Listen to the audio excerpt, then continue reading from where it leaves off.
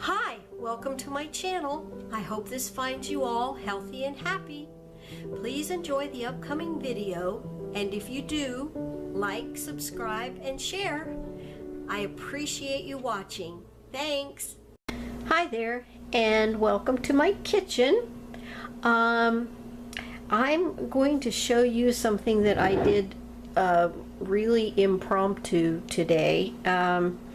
I came home from church and I was hungry, and so I decided that I would eat some red beets. I love red beets, and so as I was pouring the liquid out today, because I do take some of the liquid off when I fix my red beets, I looked at all that nice red liquid and I thought, I wonder if I can dye some paper with that.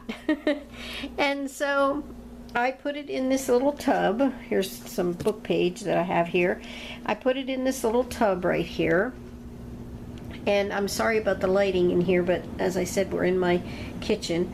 And what I did was I just crumbled the paper up in a ball and then opened it back out so that it was relatively flat, and then I just put it in the beet juice, and then basically what I did was lifted it out of there and squeezed out the extra beet juice.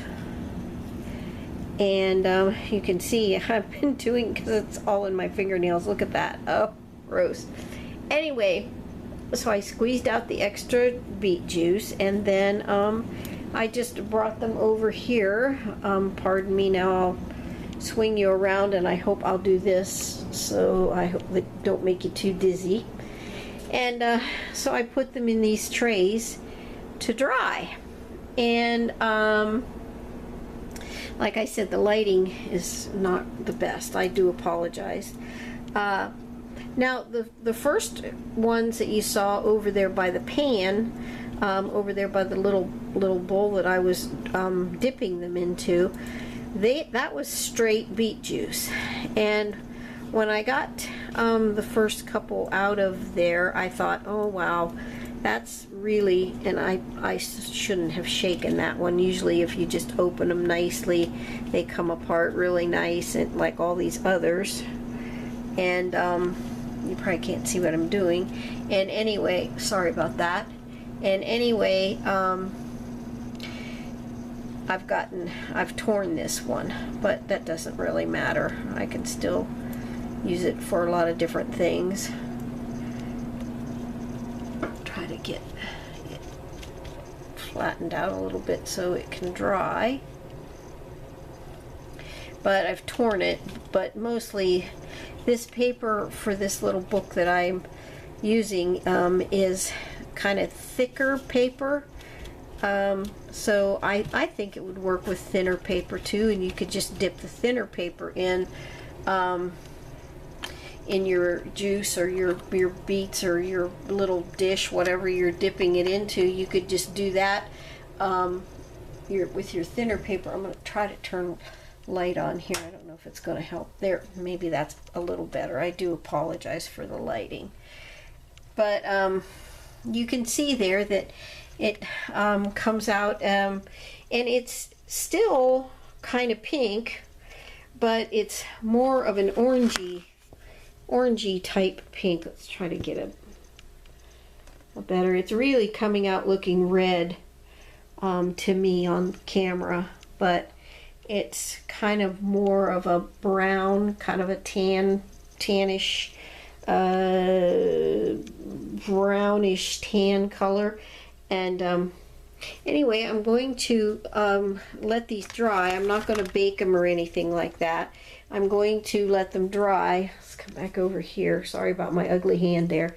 But these here are really, really pink. You can see that they're even, pinker than the other ones that I just showed you. And on this one, before I decided to do, I'll tell you what I did then. Before I decided to do what I ended up with, I took some of my instant coffee. I've got a thing of instant coffee here that I was given. A good friend of mine gave it to me because she knows I love coffee, but she didn't know that I don't really drink instant. So I use that for coffee dyeing and whatever else, you know, I might want to do with it. This is a piece of paper that I ripped. But here's my tub, minus the sheet of paper that I just took out of there. And what I ended up doing was then I took this little container right here. Let me see if I can get the container in here. There we go. This little container right here, it's just a little container from Dollar Tree, and you can see how big it is by my hand. But I just took that container and I put probably about a good 3 tablespoons of instant coffee in it, at least 3 tablespoons, and I put maybe 1 or 1.5 tablespoons of really hot water in it, just enough to get the coffee crystals to dissolve. And when I did that, then I added that into my tub here that has my beet juice in it. And so then I started dipping, and that's when I got this color over here, which I like a lot better. Now I'm going to pause and I'm going to let it all dry really well. I'm not going to bake it in the oven or anything. And this is the last one that I did right there. I'm going to pause and I'm going to let it all dry really well, and then I'm going to come back and show you what I got. So we'll see how it turns out whenever it's dry. Okay, I'm back again, and here are my finished papers. And these ones on the top are really dry, and they just have that wonderful texture and feel to them and crinkle to them. And I did get a bit impatient, and so I did put them in a very cool, well, just barely warm oven for a little while. But like this one has such an awesome pattern on it. I like my coffee, tea, whatever you're using, to dye your papers with. This one has a nice pattern too. I like it more on the darker side for some reason. I don't like them real light in color, so the darker these seem to catch the color really quickly, and so I like that. I like that they have a lot of color to them. And anyway, so I know that some folks avocado dye, and I do know that that some folks, this one right here has the coolest pattern on it from the little pan, those little trays from the Dollar Tree that I had it sitting in, and it's got the edging too that's really cool. What I was saying was that some folks do avocado dyeing, and some folks do, I know that you can even dye with onion skins. I don't know if anyone's ever done that or not, but these I don't think I'm going to have any problems like down the road or long term with these being beet dyed, with having the beet juice in them. At least I hope not. If anyone knows or if anyone has ever used beet juice before to dye your papers, please let me know, and let me know if if there are potential issues down the road with these kind of papers. Like I said, lots of folks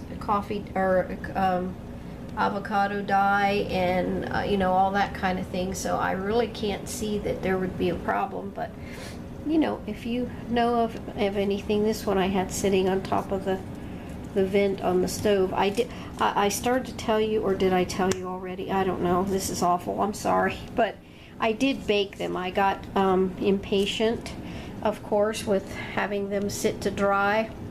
Of course I did. And so anyway, I did bake them in a for, you know, put them in a real cool oven for just a few minutes on those little trays. And so, and this one, like I said, I had sitting on, you can see the rings, I had it sitting on the burner that was venting the oven. And yeah, so anyway, this is my impromptu. I had no intention whatsoever of doing this today. As a matter of fact, I'm supposed to be making a card, and I'm not. But I'm going to start it here in just a little bit. But anyway, this is my little offering for today. And until I visit with you next time, God bless you. Bye.